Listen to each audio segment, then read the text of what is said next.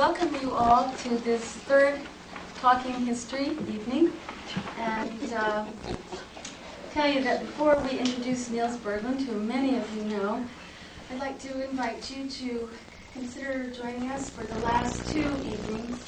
On March 10th, we'll have, in fact, a group, one of whom is here in this audience. Want to raise your hand? Roxanne Dozier. Oh, here you are. Roxanne Dozier will be one of 5 members of the Black community who will be joining us to tell us a little bit about the Black history of Southampton. They'll talk a little bit about when Blacks came. They'll tell us some stories about their ancestors. And mostly they'll just talk about their own experiences being Black in Southampton. On March 24th, we're very happy to have Harry Martin. Raise your hand, Harry. Harry is one of the guests also that night. March 24th, we have another guest who's actually also in our audience, Richard Henderson. Richard, where are you? Oh, there you are. Will come and tell us about storms and weather stories of eastern Long Island. Hope you'll join us for that, too. We're also planning a series of 3 evenings in June. June 2nd, we'll be having David Goddard come and talk about how golf came to Shinnecock Hills. June 16th, we're going to have some members of Southampton's old family businesses come in and talk about how their businesses have been going for a century. Noel Herrick's will be represented, I guess, by Sam Herrick that evening. And then on June 30th, Bob Keane will come in and talk about the history of the Southampton Summer Colony. So, make your reservations soon. Because we wanted to get started early, and because Niels asked me not to make a long introduction, I'll simply tell you that our guest tonight, Niels Berglund, in addition to being a lifelong friend and neighbor of the Wright family, has been learning about raising and caring for animals for his entire life. Really, we can say. He majored in animal science at the University of Vermont. He received a master's in dairy management at the University of Connecticut at Storrs. Then he went on to enjoy a very brief career as a teacher for 1 year in Danvers, Connecticut. And in 1977, he went to work for the Cornell Cooperative Extension Service as a poultry and livestock agent. There he has been since 1977, except for a 5-year hiatus during which he started and operated his own duck farm. And the rest he'll tell you himself. I should say that we should be very thankful to Niels because the idea for this whole series was hatched actually during a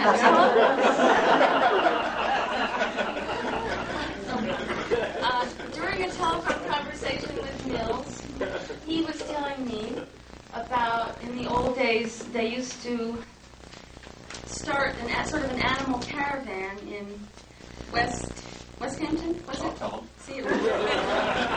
And take the animals to Montauk for the winter. And I said, that's so interesting, Niels. And I realized how much more interesting it was that he was telling me that rather than I was reading it. So that's how we came to do this. So let's welcome Niels, and we're very happy to have him here.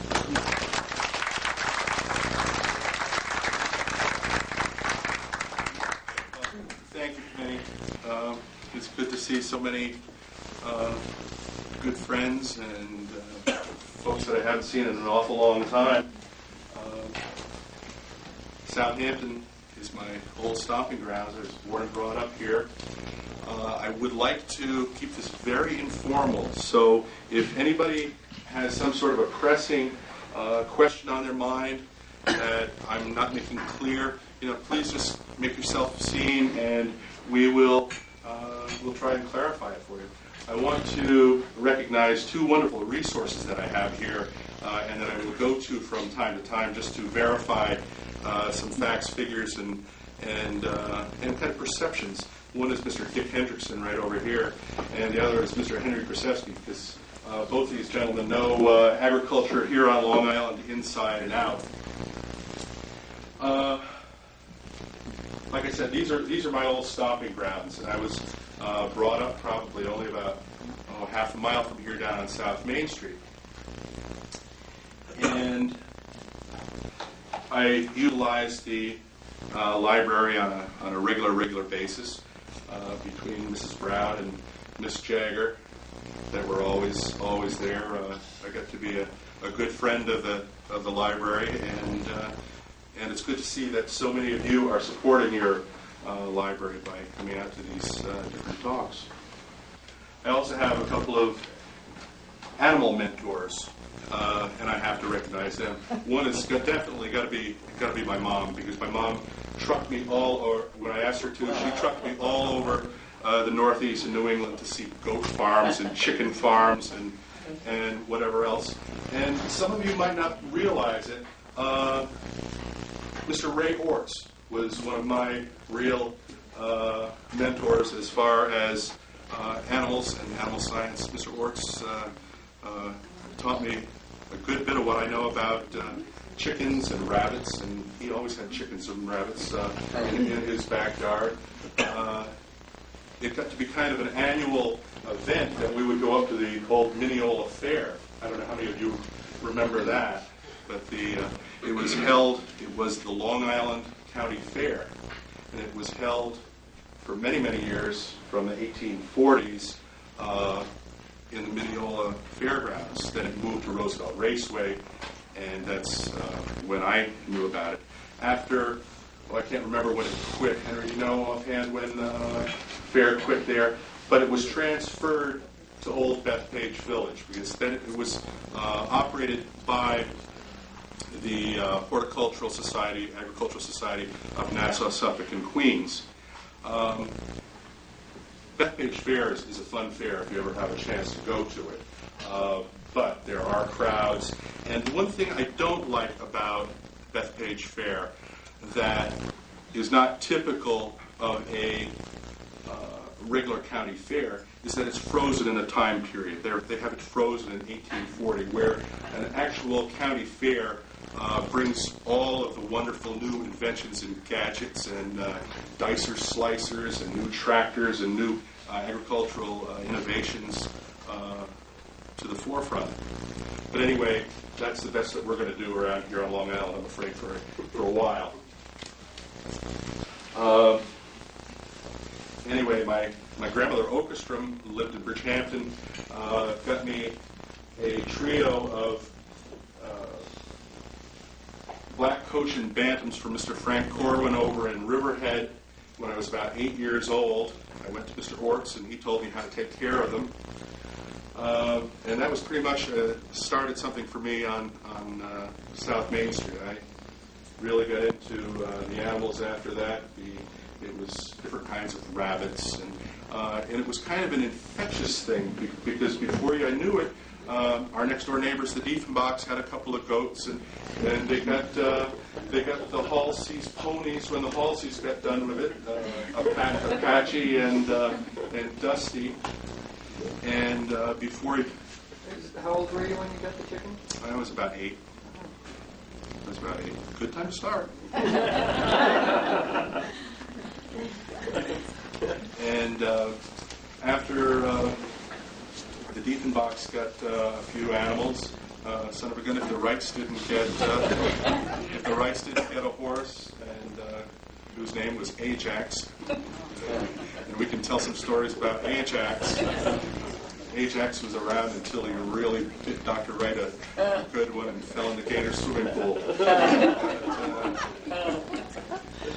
But I got my first goat in 1964, and around here someplace I got a picture of me at the 4th of July parade with my goat.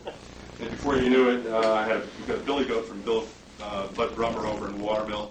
We bred the goat, had babies, bred those babies the following year, and it was like they multiplied like crazy. We were very fortunate that we had from the houses. Went from Porter's to Diefenbach's to our home to the Presbyterian Manse. all had nice long pastures right back down to the lake, and everybody was very good about letting me tether my goats around there. My grandmother Berglund was always a little skeptical of how many goats I was getting. She said I was looking a little bit too much like Sylvie Squires. Some of you might have known him, but I'm not sure whether that was a compliment or not. Anyway, so I did a lot of homework with people in Southampton that had goats. Goats were my favorite thing. And Mr. Al Jessup, that used to work down at Lily White's, was a great goat owner, and I used to go down to him for all sorts of wonderful information. Also, Mr. Archie Worrell that lived on Cameron Street had goats and used to pasture them in what was formerly the A&P parking lot. I'm not even sure what it is now. And so they were all good resources on how to on better goat culture.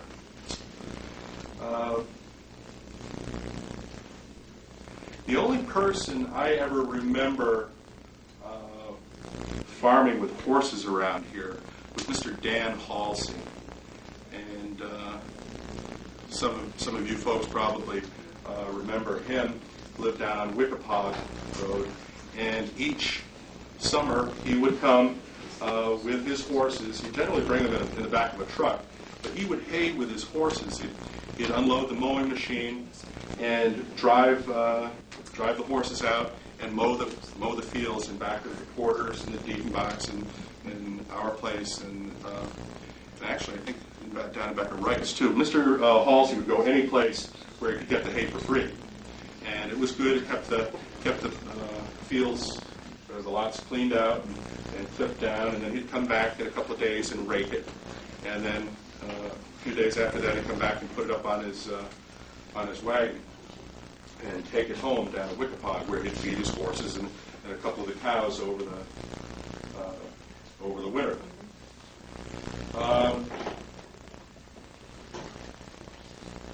Just wanted to let anybody know that when he died and his horse machinery and stuff was in an old barn, I bought that horse machinery from Glenn Halsey, his grandson, and it's now over at Hallettville Museum over in Jamesport. So if anybody really wants to know, that's where Dan Halsey's horse-drawn equipment is. Dan Halsey was a real resource around here too, because there were many people in the outlying farmland, and even in the village, some people had a milk cow. And in order to get milk from your cow, you have to breed the cow every year. But to keep the cow bred, you needed a bull. So I mean, you're not going to keep a monogamous herd. You're not going to keep a bull, especially because a big dairy bull can be pretty darn dangerous. So Mr. Halsey did have a bull that liked to ride in the truck a lot. And so that was a great service. He also had a boar too that liked to ride. But when Dan Halsey was no longer around, that was kind of the end of that era, and a lot of people opted not to keep cows any longer. I remember my grandmother Oakestrom down in Hayground had a cow. Rogers had a cow in Hayground. And when did you get rid of your cow, Paul? What year do you figure? Probably about 64. Yeah. And Right. But it was more and more difficult to get the cow bred. These were usually Guernseys too.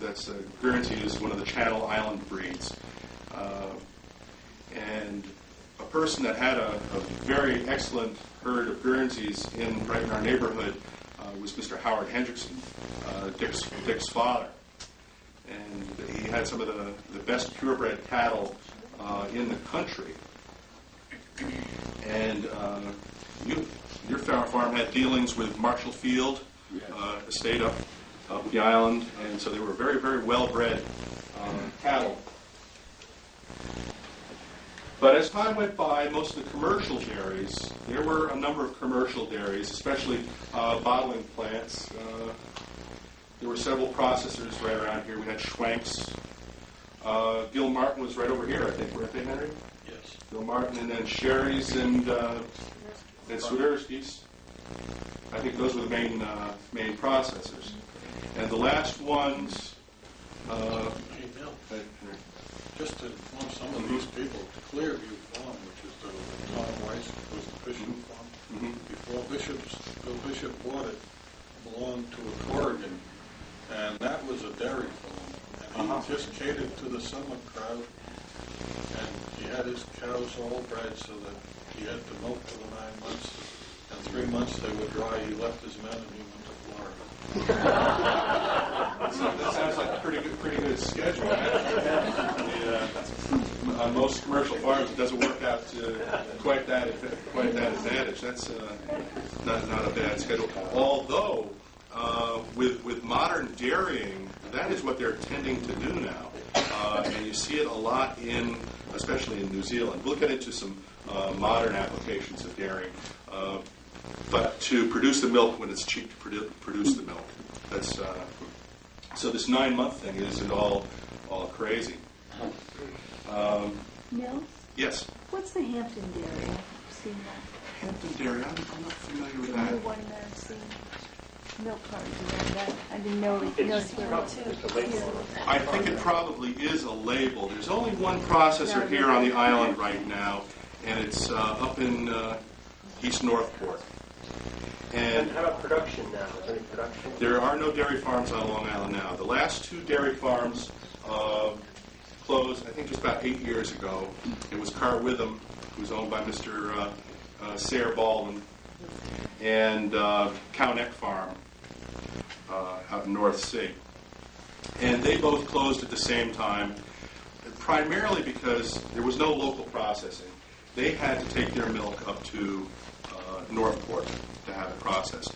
And then the people in Northport, being able to buy trailer load after trailer load of cheap milk from upstate, wouldn't come after it anymore. So they had to buy their own tank truck and make a delivery. So I guess Sayre kind of decided that it was at the point where why continue on with the cows when he had so much potatoes anyway to take care of. Plus the fact, with dairying around here, so many of the dairy farms, it was difficult to get local help to milk your cows. I know Sayre always had people from Vermont or Maine. Andy Babinski, who had a farm probably up until, he probably milked cows until 1980 or so, probably. He had always had fellows from Vermont. And let me just go over a couple of the other names that of people that had commercial dairies right in the neighborhood.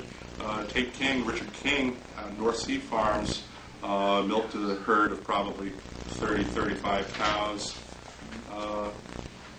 They probably about the early 70s, I would say. Andy Babinski, like I say, Cheryl's in East Hampton. Chauncey's in East Hampton. Abe Katz was a large dairy producer. That's Dune Alpin Farm, if you know it, heading into the village on the north side of the road.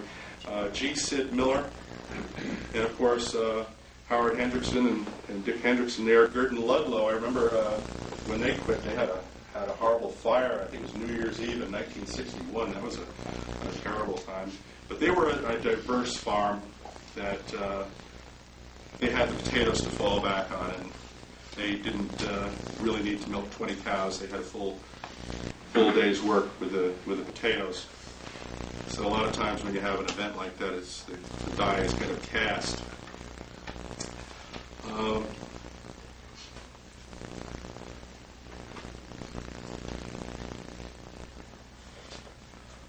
I will say that one of the reasons that the dairying did fall off especially is of support services. One thing was DHIA, Dairy Herd Improvement Association. There was a man that came around every month and tested your production. It was a tool for you to work with so that you could tell who the good cows were, what their butterfat content was. And when that was no longer available, it was Mr. Elton Tibbetts that used to do that. He just died about 2 years ago. He was well up in his 90s. He was one of the last folks to do that. Oh, I forgot John Halsey that milk cows down in Mecox, too. He owns the milk pail now. Also, if you need machinery, dairy machinery is very specialized. You used to be able to go to Rowley Brothers in Riverhead and get parts for your milking machines, but it became more and more difficult. So the signs were that this was not going to be a dairying area any longer. Also, some of the cattle dealers that we used to have around here is Mr. Nugent, and horse dealer, and also there's another one that I knew was Lester Goldstein, who used to come around, and he was especially cows. I think Mr. Nugent would do horses too. But when these guys were no longer available, it's what did you do with your old cows that really should go to market before they go to McDonald's?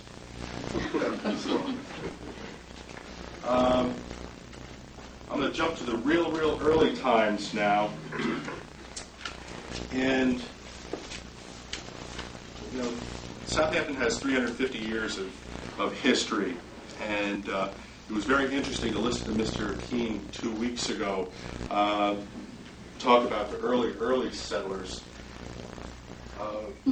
Plymouth Colony was started in Massachusetts in 1620, and by 1623 they imported their first cattle, and the cattle had to be a multi-purpose animal. Okay, this picture right up here is of a Devon cow, and the Devon cow came from that portion of England, Devon, and was one of the first cattle brought over here. Not only did they get milk from this animal, any of you guys know what else they get from them? Hides, right? How about meat? Anything else? What? Oh, manure. Yeah, that's a very big one. Absolutely. But one of the primary interests of early settlers from their cattle was work. What would you do? What would you do with all of the male animals that you were going to use for breeding and that you didn't want to eat right away? You would teach them to work, and a male animal that's been fixed is called an ox, and you can teach them to pull a plow or a stone boat or even a covered wagon. In fact, that's what many of the pioneers used to pull their Conestoga wagons out across the plains where they settled the West. So the cattle were very important animals. You didn't see too many cases where they had horses. Horses came quite a bit later. And I don't think in Plymouth, we're running kind of almost parallel to Plymouth Colony. I mean, some of our early ancestors probably went to Plymouth and then in 1640 came to Southampton. But as Mr. Keene said 2 weeks ago, that they came over in this little thing that's a little bit bigger than a rowboat. You're not going to put a cow in that thing. So it would probably take 1650 or 1655, I would imagine. Maybe there are some documented actual dates on when some of these specific livestock did come over. But I can't imagine they would have had cattle here much before 1650 in Southampton. And probably horses even later than that, because a horse was a real luxury. Also, they were very expensive. Does anybody know what most of the horses in Europe were used for back in the 1600s? They were used to carry the armies around. That was one of the main uses of horses. They were used in wars. So, so they would have imported cattle. And these cattle would have originally come from, the breeding stock would have come from Massachusetts or Connecticut. They would have had some sheep, and there is some reference in old histories to sheep. And they too were a multi-purpose animal, giving us wool so you could knit some nice sweaters, and also for meat, so you could get some lamb chops. But sheep farming and sheep rearing around Long Island never really caught on all that much, not in a big scale. But there were some sheep kept, and there are certain areas around it called ram pasture, and that's where you keep the rams in the summertime or to keep them away from the ewes, so you wouldn't have baby lambs born out of season. Also, these animals had to pay their way. You didn't keep any kind of frivolous pet around that was just going to eat up good hay without giving you something really special. So you had to get your money's worth out of this animal. And it was expensive to feed an animal. If you could kind of turn him out in the pasture and let him eat all the time, that's fine. But what happens in the wintertime? What happens when the grass stops growing and the grass goes away and they'll eat it right down to the nubbins? They get pretty hungry, don't they? So what Penny was referring to just a little while ago was a cattle drive. And I don't know exactly when it was started.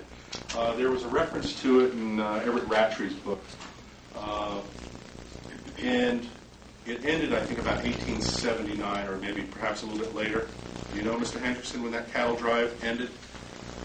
About the 1880s. 1880s, but yeah. it started early because before the Revolutionary War there was over 12,000 cattle pastured there. Right, right. And what this cattle drive was it almost seems to be a reverse of what you think. You know, you take your cattle to high pastures in the summertime and let them eat. But no, actually, this was the reverse of that. They had no feed for the animals in the wintertime. So that what they would do is take the cattle, starting, say, in West Hampton, and take them down to the beach and start heading them east. And you would know your cow. You'd have a special mark on your cow, whether you'd clip her ear a certain way or have her branded or have a collar on her with your name, and keep her heading east. And she'd come to West Hampton and Quogue, Hampton Bays. And remember, the inlet wasn't there back then, so they just keep walking east, Southampton, Watermill, and as they came to each of these towns, the people would bring their animals, whether it be sheep or cattle that weren't in milk, that weren't being used for anything, or say an old horse or something that they didn't want to feed all winter, and they take them all the way down to Montauk. And what would be in Montauk? Actually, the grass had been pretty well eaten down by the cattle that had been there all winter. But what had ripened over, or all summer rather, but what had ripened over the fall was the rose hips and the rosa rugosa. And they are very, very high vitamin C and high in protein. And they're just about at an animal height. So it was very good shelter for them because all of the, you know how Montauk is, it's very low, brushy. They could get down into the brush and be protected from the wind. Had plenty of rose hips to eat. The farmer didn't have to feed them. Then, about this time of year, first part of March, middle of March, the weather can get pretty nasty and drizzly and rainy.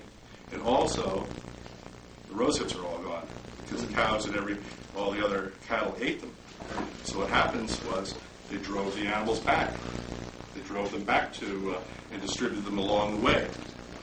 From what I understand, each farmer paid a little bit to the people that owned Montauk. Montauk was divided up into several different sections, and you paid 2 or 3 cents per animal per month or whatever, how long you were out there.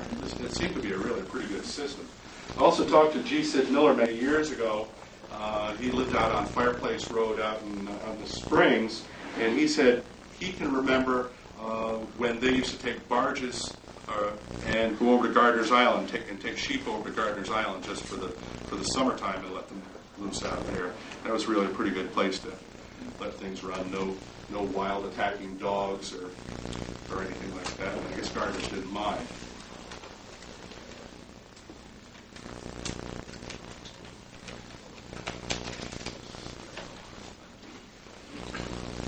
In the mid-1800s, all farms were really very diverse. That means that you did a little bit of everything. You didn't have just a potato farm, or just a corn farm, or just a chicken farm. What they would do is they'd have a few chickens, a few cows, raise a few potatoes. And good examples of 1840s farms are the ones that we see on display up at Bethpage, or if you get the chance to go to Sturbridge Village in Massachusetts. They're very diverse, and this is just before the Civil War. And after the Civil War, especially here on Long Island, there was a push by the Long Island Railroad to try and develop the east end of Long Island agriculturally. They wanted to develop it agriculturally because they wanted to ship the freight on their railroad. And what they did, one of their ploys was to start an agricultural demonstration farm in Medford, right along the railroad tracks. And what this did was illustrate to people living in New York City, new immigrants coming in, that yes, this godforsaken place called Eastern Long Island was actually a pretty good place to grow crops.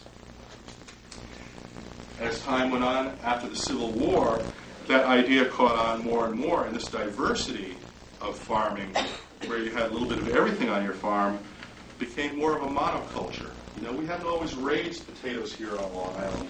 Potatoes, when you come right down to it, are pretty much a product of the last 100 years. A few potatoes were raised here and there, but when they saw what a wonderful medium our grass is, our soil is for growing potatoes, we have no stones in our soil, and that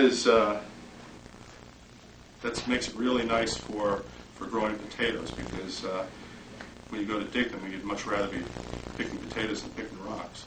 And that's one big thing that they have to fight with up in Maine. Also about this time, you started to see a lot more people getting horses. And the oxen you wouldn't see quite so much anymore. Because when you grow crops like vegetables and potatoes, you generally have to plow deep. Whereas with oxen, you can plow deep, but they're really slow.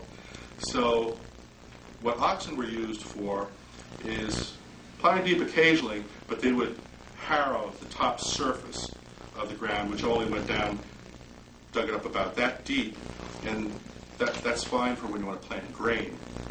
But here on Long Island, you could hitch a team of horses, or 3 horses across, or 2 horses front and 2 horses back, and you could really make some headway plowing good Long Island soil. It really turned over well. Long Island soil isn't especially fertile soil. It's a very, like I say, a very good medium for holding the roots. And the south side of the island, South Fork, is very fortunate in that we get the moist air off the ocean every night, and so irrigation is almost unheard of on the South Fork. On the North Fork, it's quite a different case entirely. To have crops like potatoes and cauliflower and cabbage on the North Fork, you almost certainly have to have irrigation. The soil seems to be a lot lighter over there. Plus, they don't get the moisture off the ocean.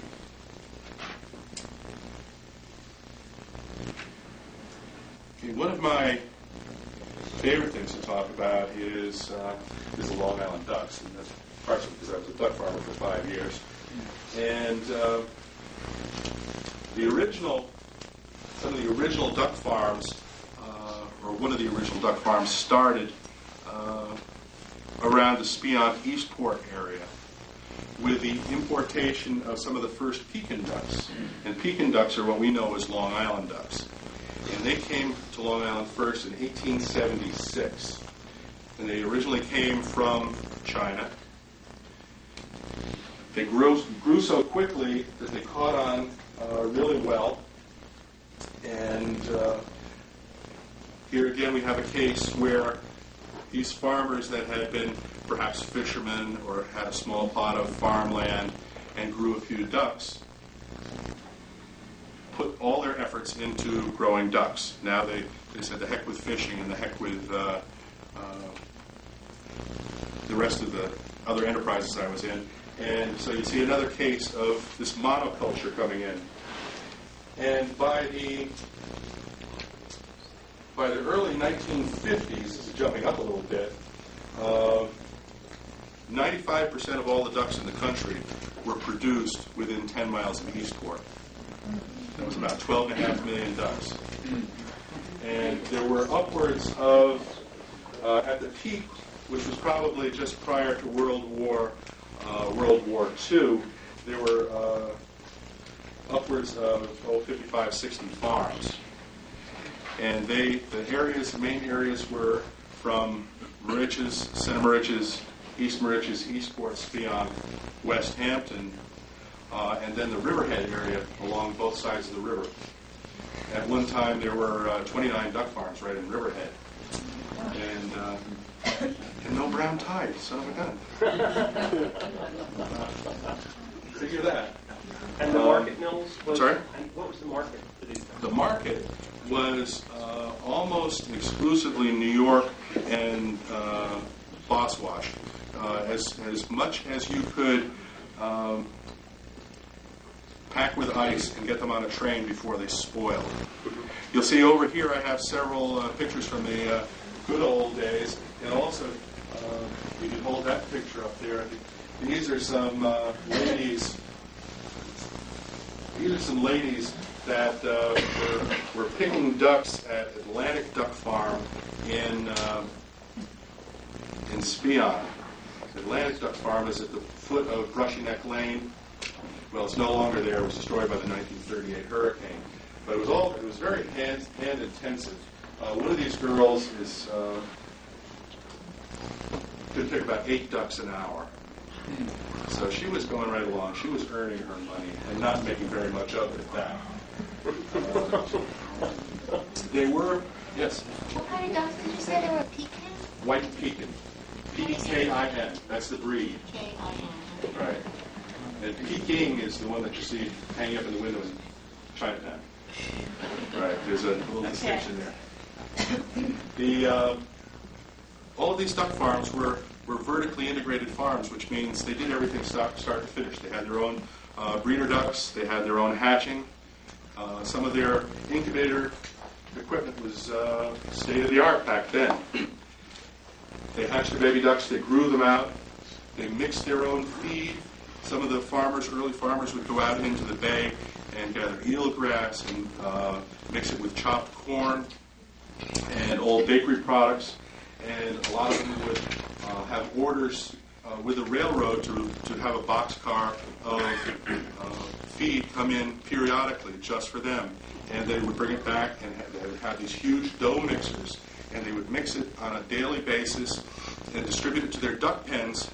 You can see in some of those pictures the little railroad cars that went through the duck pens, and then feed them a wet mash. Was it corn grown on Long Island? That corn was grown on Long Island for the most part. There were other constituents that did come off. They would use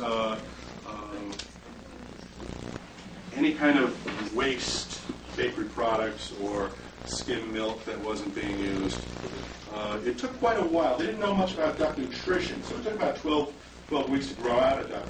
As compared to now, it takes about 6.5 weeks because they know exactly what the duck needs for maximum growth. So your little duck all orange is only about 6.5 weeks old. In 1961, Culver Rayner Duck Farm, which is C&R Duck Farm in West Hampton, started up, and they wanted to be a hatchery and supply baby ducks to all of the farms around. So that was a custom hatching. So that meant that a lot of these farmers could do away with their own breeder flocks. That made them less vertically integrated. It cut out one operation. That means that they didn't have to keep their breeders around. They didn't have any need for them. They just buy their baby ducks, grow them out. And also at that time, it was a very seasonal production, where duck growers wouldn't even start growing their baby ducks. They'd get their first baby ducks in the middle of February, and every week after that, until they had a full farm, and they would get their last baby ducks about the first part of October. So over the winter, they'd have no ducks on their farm. That worked out really well because their barns were old and not very well insulated. It would have been difficult to grow in the wintertime, but also it meant that they had to store away frozen ducks to dole them out over the wintertime. And that was fine as long as you could carry an inventory like that. But if anybody is in business and you know what kind of how much it costs to finance an inventory of, say, 8 or 9 or 10 million pounds of ducks, see, because all these farmers wanted to be paid for their ducks while they were socked away in cold storage. It's fine when you're paying 2% interest, but in 1976, when the interest rate went up to double figures, one of the duck co-ops, in fact, the duck co-op in Eastport, had real difficulty, and that's why they wanted to encourage year-round duck production, which worked for a little while when I was in it, but then more duck farmers dropped out. And when I started with cooperative extension in 1977, there were 30 duck farms still here on the island, and now there are 5. There's only 5 left. The main thing that did cause them to fall by the wayside, a lot of people think that keeping up with the pollution regulations, that really wasn't so much a part of it. Because if you figure before the hurricanes, none of the inlets were along there, and all the water from the duck farms, even though most of it was collected and settled out and treated to some extent, even as early as the 1940s, most all of that water still went out to the bay, and that's where it was. After that, they were forced to put in secondary and tertiary treatment plants before they could discharge any water. And that was very, very expensive. One of the things that put stresses on some of the duck farmers is that government inspection on the individual farms came about, where you couldn't slaughter on the farm and just pack them away in barrels and ship them off to the city. Everything had to be stainless steel and conform to the special code. So that was a big portion of the duck farmers quit. There was a huge plant that could process 70,000 ducks a week right on Elton Street in Riverhead.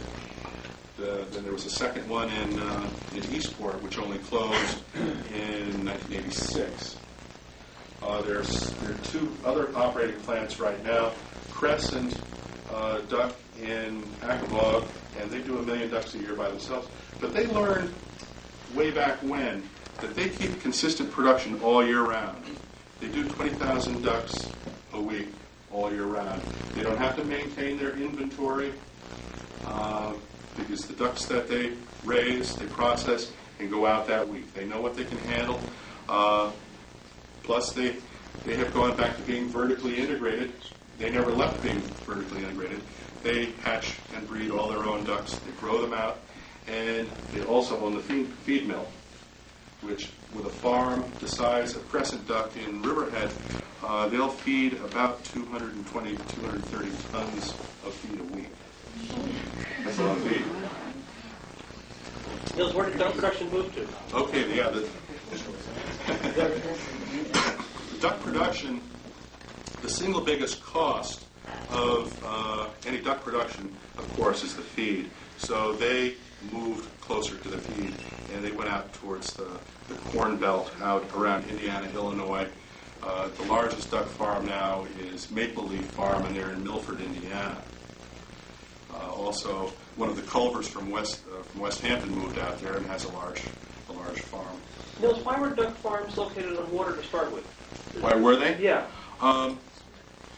Well, ducks like the water. It's They're a brief 10-week life. Actually, what it does in the summertime, it helps to cool them because ducks like to be cool. They like to be able to swim. It also makes a higher grade feather if you have water available to them. So there are a lot of advantages. But today duck farms are not located on water. No. It's too desirable for condominiums and townhouses. I had a question. Sure. Did they sell the feathers too? Oh, absolutely. Did they use everything in the duck? Pretty much everything, yeah. The feathers have always been quite valuable.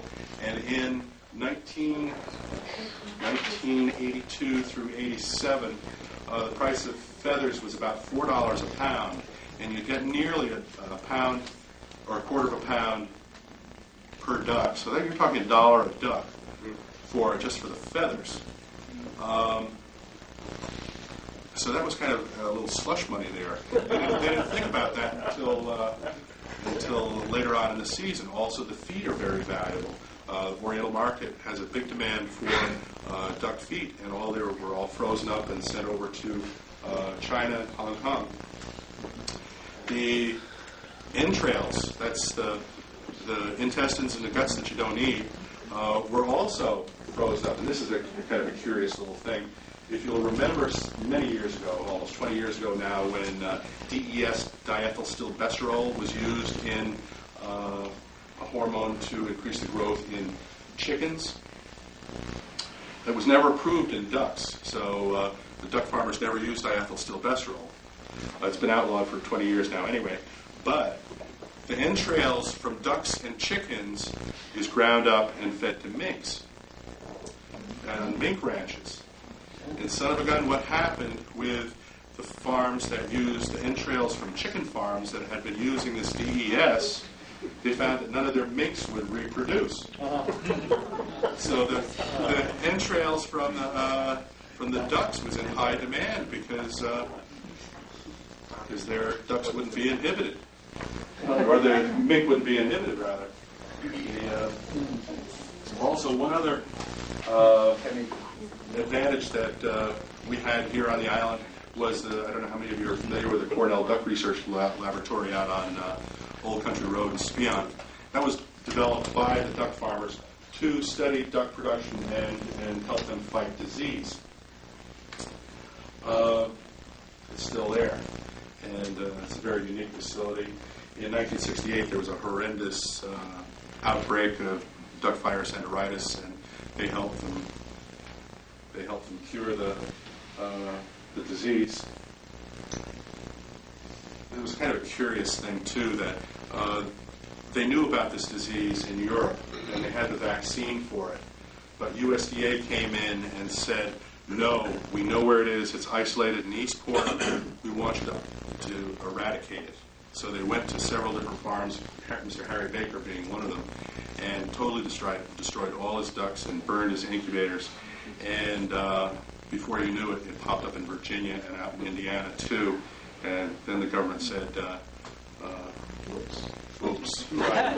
Pretty much oops. And so you can use the vaccine that was developed in Europe, but that didn't do Mr. Baker much good. Okay. Right now, as far as poultry farms that we have left here on the island, I told you we have the 5 duck farms. We also have poultry farms, Iacono's farm in East Hampton, Mike Raleigh's farm up in Northport. People wouldn't realize that there's a poultry farm up there. He has about 10,000 hens. Molosky's over in Calverton. They raise about 20,000 turkeys every year. North Sea Farms and Spring Farm. People don't often think about Spring Farm, which is the Skellinger farm down in Sag Harbor. They don't raise meat birds. They raise game birds. They will hatch over 100,000 ducks every year. There's a lot of ducks when you come right down to it. What poultry encompass? You generally, when you say poultry farm, you think chickens, turkeys, rather than, well, and ducks would fall into it too. That's all poultry. But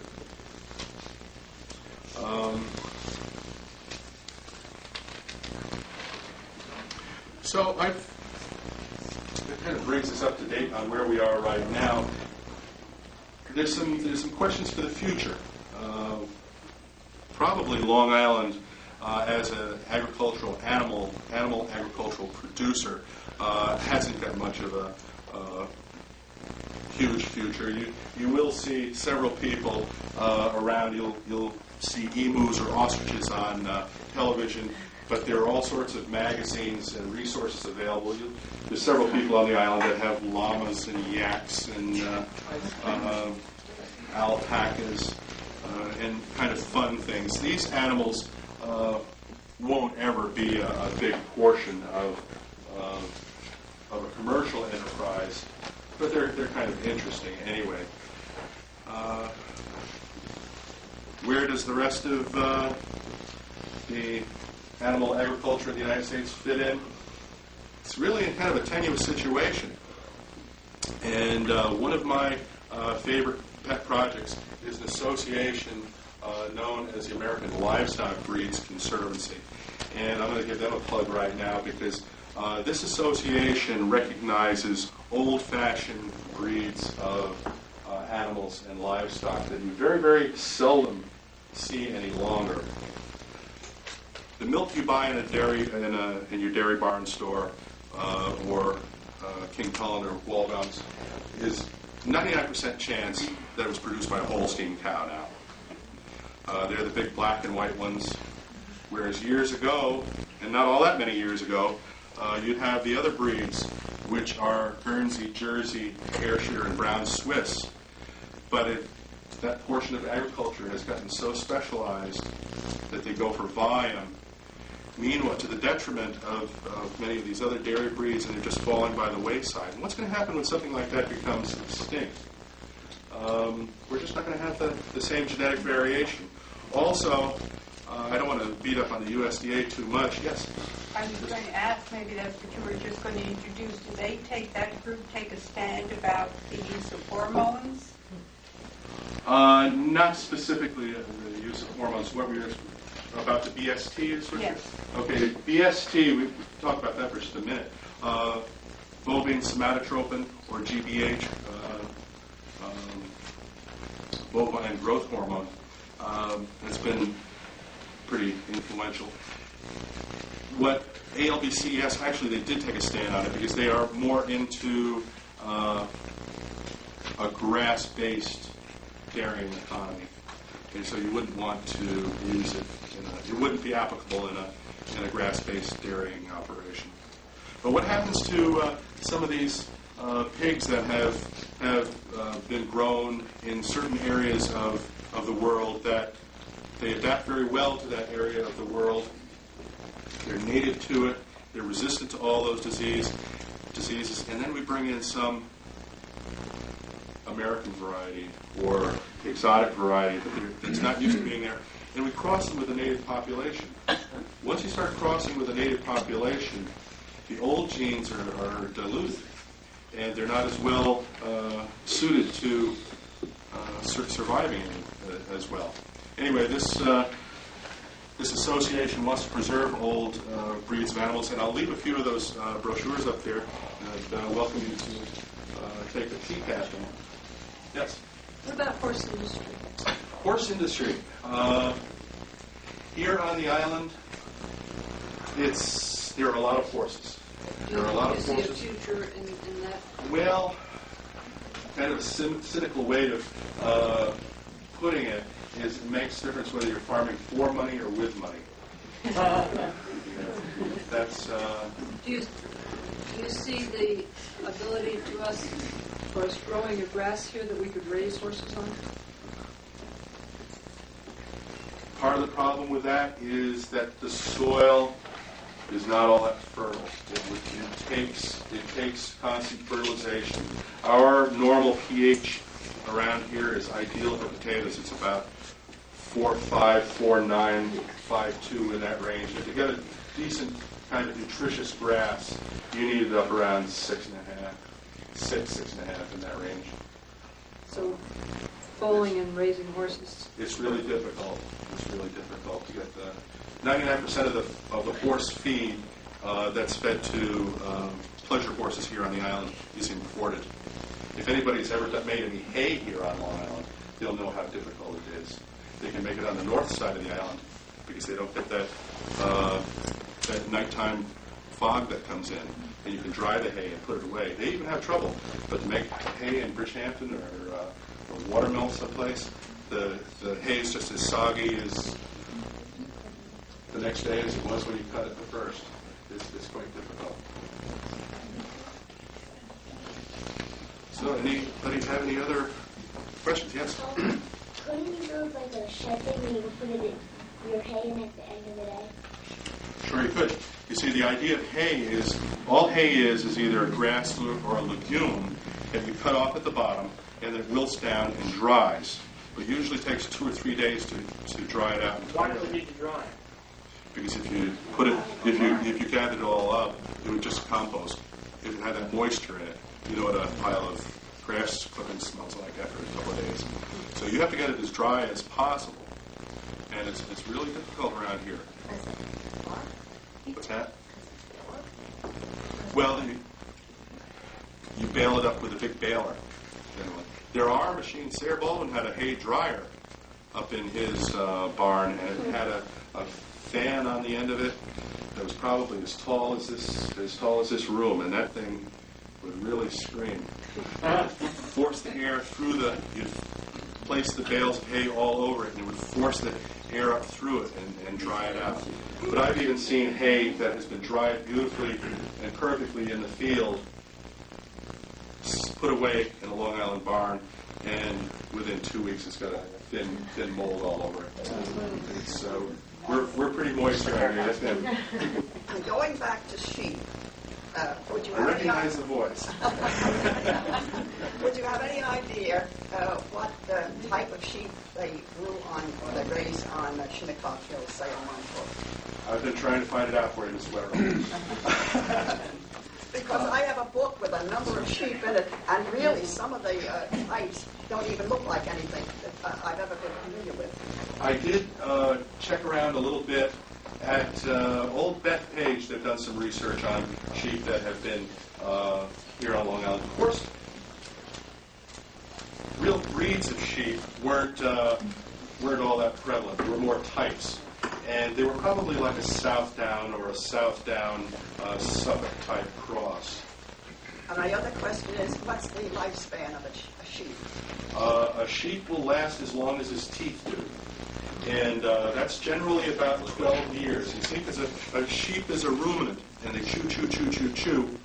And it's pretty much the same as a horse. Sometimes on Long Island they have a little bit of more going against them, because with every bite of grass that they take, they also get a mouthful of sand. So it works as an abrasive. So if you figure 10, 12 years is an old sheep. I've seen one 15, but they fed him mashed. Yes. What are there zoning restrictions on keeping backyard pets, hamster, goats? That all goes township by township and village by village. And we didn't. When I was a child growing up, we didn't have any restrictions. In fact, in most of our barns, there used to be stalls and stanchions for the cows. And I think probably by the time that I came along, they'd pretty much given up. They thought nobody in their right mind is going to have a cow or a goat or anything back here, but haha. Town of Brookhaven tends to be the most restrictive at this point. Town of Southampton tends to be quite liberal unless you live south of the highway. Is there more duck production now than there was 10 years ago, and do they export ducks? Actually, duck production nationwide has been holding pretty level at about 20 million nationwide. 20 million is almost nothing. Sounds like a lot, but it's a very minor species. You're 99% of the, well, 95% of the people, 95% of the duck is consumed by 3% of the population. So if you're a duck eater, you eat a lot of duck. And if you're not a duck eater, you very seldom eat it. But it's maintained right at about 20 million for the last 4 or 5 years. It goes up or down 0.2 or 0.3 million. as opposed to broiler production like Frank Perdue and Cook and Good and all. They raise $350 million a month. $350 million a month. Yes. Well, I think for certain portions of agriculture, I think there's a very good one. I think a lot of the younger farmers that are still in it have been investigating many ways to keep things going. And one of the ways is direct marketing. If you have a good, superior product that you produce on your farm, why put it through 2 or 3 different middlemen, ship it off to a Hunts Point market where you can, if you can market it right from your own farm or from your stand. That's why you see so many farm stands that seem to be doing pretty well in the summertime. I think that's one of the options. Some of the larger farms, potatoes, it's difficult to be very optimistic about potatoes because states like Michigan increase their production by our annual production every year. You know, and it really makes it look pretty minuscule. Michigan, which is not even a huge potato producer. Nils, why didn't cranberries make it here? Cranberries were here. In fact, there was a big bog right over by Swan Lake. That was pretty much done in by the salmonella scare, I guess, in what was that, 69, Henry? When they had the big. That's when the last bog closed down here on the island. There's still pretty good-sized wild bogs over there. Cranberries is a very regulated industry. It's a very, very tight co-op, and it's owned by Ocean. Well, Ocean Spray is the co-op, and you just don't waltz in and plant a row of cranberries and expect to market them any place. It's the same as pretty much like the tobacco. You have a certain amount of cranberries that you're allowed to grow, and they're very, very tight with Did somebody attempt to grow them in the North Fork recently?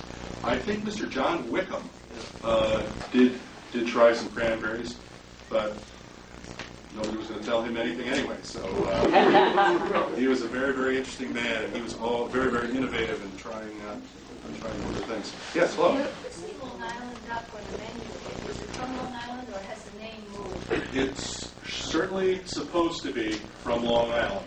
There was a big controversy for the last several years, and there was a truth in advertising that they had to comply with.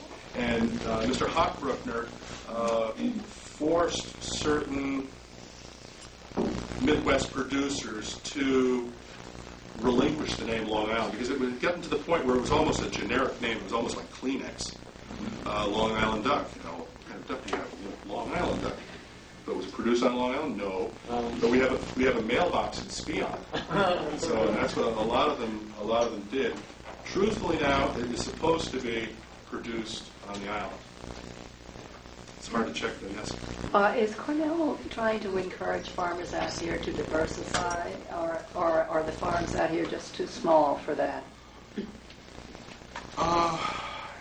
Diversification, well, this is just my own opinion. Diversification is something that a decision that you have to make yourself. It's an economic decision, whether you can afford to diversify. You see, there are certain advantages when you have a monoculture system. You have one set of equipment that you use for everything. If you have many, many different enterprises on your operation, you need many, many different sets of very expensive machinery. And that's where farmers are put in the pinch right now. So it's quite difficult.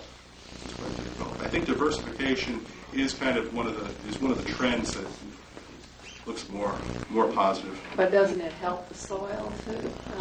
Well, adding any kind of organic material, if you were to have an animal agriculture enterprise going along with your vegetable enterprise, it would generally tend to be a positive step, yeah. But where do you market the? See, it's a juggling process. Yes. Would seafood used as food, dumping? It would, except it makes them taste like bluefish. You say a word or two about the industry and development of the wine industry on the island. I'm sorry? The wine industry. The wine industry, that's not really my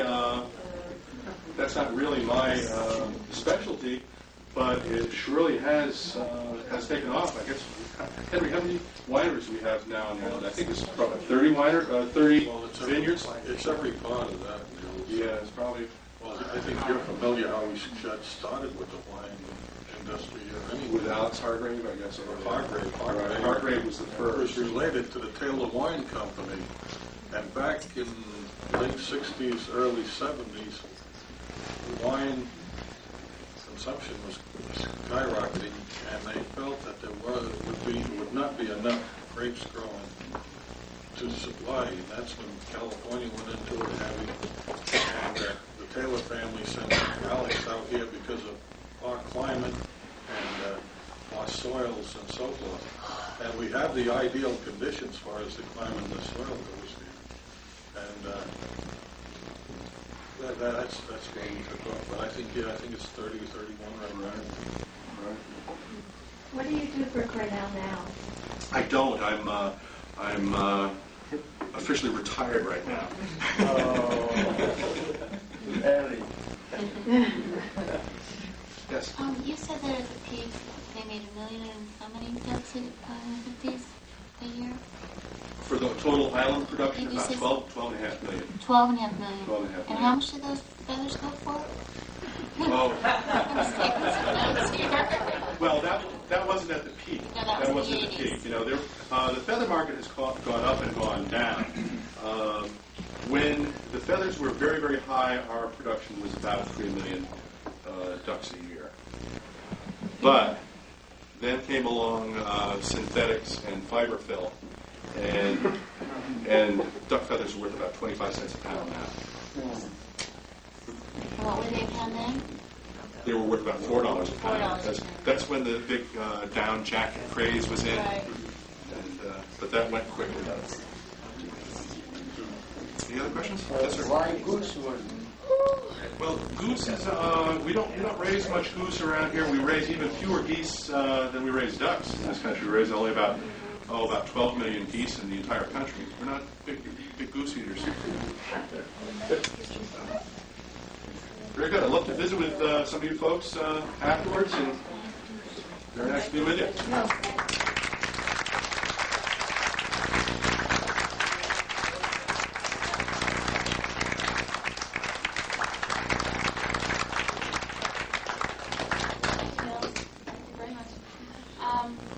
Hope you'll all join us. We got some good refreshments across the hall.